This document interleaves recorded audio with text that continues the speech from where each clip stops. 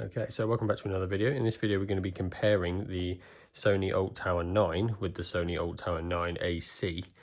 The Sony ULT Tower 9 in this case is on the left, the 9 AC is on the right. Not that you'd know because they look entirely identical. I'll put some B-roll over so you can actually get some better shots.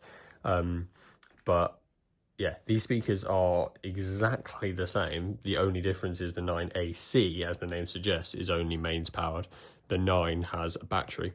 So realistically, that's kind of like already answers this video. You know, if you're struggling to decide which one to get, do you need a battery or not? That's the only difference. And I'm not just saying that. The drivers are the same and the same size. The Bluetooth version is the same. Stereo pairing and party connect is the same. Frequency range is the same. Inputs is the same. The top is splash proof on both of them. You know, none of the rest of the speaker is waterproof, just the top. They both have wheels and a handle. They both have mic holders, and they both have TV sound booster. Quite literally, the only thing that's different is the battery, and because of that, the weight. So the ULT Tower 9 is 29.6 kilos, and the 9AC is 28.5 kilos, so 1.1 kilos lighter due to not having a battery. But otherwise, they are identical. Having said that, there is a price difference. And it's more than you might think, I think. The ULT Tower 9 is $850, and the 9AC is $600. Now, that is a lot, you know, £250 difference for a battery. You know, that's an expensive battery.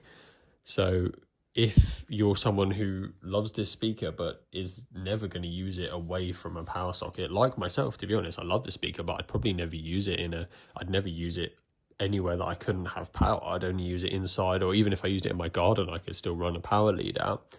So in that case, you can get the same speaker with the same great quality sound for £600 if you get the 9AC. So that like immediately brings this speaker down to great value, because 600 for a speaker that's pumping out this much power is insane. You know, I mean, it's you don't really see that ever. So that makes the 9AC a really, really interesting proposition.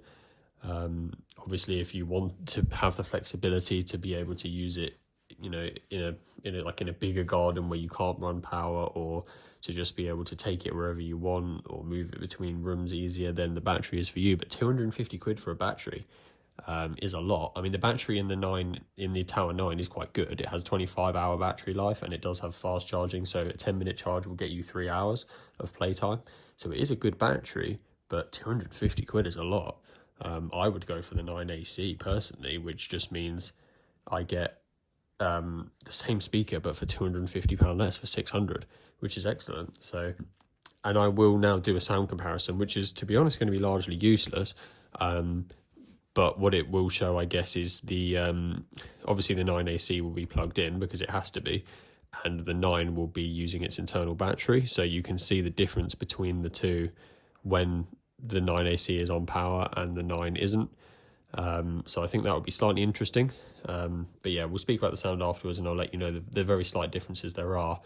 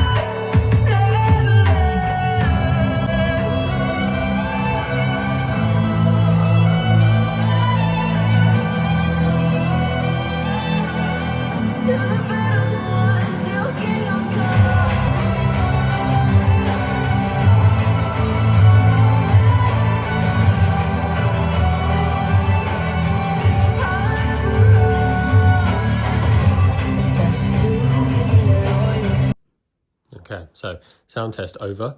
I think the 9AC sounds better in that sound test because it's mains powered. You do tend to get a little bit more bass out of it, and it's a bit louder as well. I think we got about 109 decibels instead of 107 to 8. So a decibel or two more, and it's slightly bassier. But if you plug the 9 into the mains, which you can do, obviously, while it's playing, then it sounds exactly the same. So, I mean, largely what I'm trying to get at here is these speakers sound exactly the same. Like, there's no difference in sound. There really isn't. There's absolutely nothing. So the only deciding factor here is the price difference, which is quite substantial, and obviously if you need a battery or not. So it's nice and easy for you if you don't want a battery. You save 250 quid, you get the 9AC. You use it all the time on mains power, which means you actually get slightly better sound than when the 9 is on battery. And you still get an excellent speaker. And for 600 quid, this really, really is an excellent speaker. Bear in mind, something like the Bose SoundLink Max is £400, £200 less, but you know, about a fifth of the sound quality and size and everything that this is. So 600 for this is insane value.